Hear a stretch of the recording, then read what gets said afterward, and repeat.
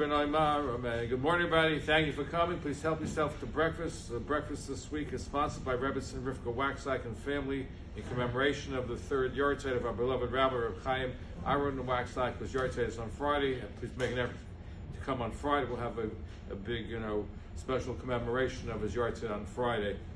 Also, we thank Dr. Moshe Yeager, who's sponsoring the Open Base Medish all this week. He has yahrzeit today for his mother, Shana Bas Moshe, Neshama Shav and Aliyah. And everybody's welcome to stay for the Chabura. Be assured the Chabura, you'll enjoy it. I guarantee you'll get your money's worth. It's Parsha Shkolem, the Machazos HaShekel, as a bridge from Purim to Pesach. So please join us right after the Dvar Torah for breakfast and for a very interesting Chabura. Interesting, one of my favorite Dvar Torahs is in this week's Parsha. There's a Halacha, if you find a torn animal that's been torn by wolves, for example, in the field, you give it like Kel Tashlichna, so you give it to the dogs. So Rashi says, why do you give it to the dogs? And he says it's a reward. When the Jews left Egypt, the dogs didn't cry out, which they normally would do on such a night, and this is their reward. However, the Dasa Kain Mibali Tosfos has a fascinating answer. He says the reason why is very, very interesting. What's the reason? Usually, what's the purpose of this dog?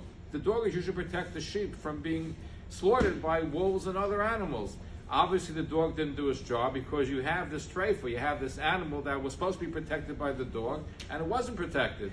And so the Torah makes a very important point over here. Even though that there's a mistake made over here, you don't harp on the bad, you always harp on the good.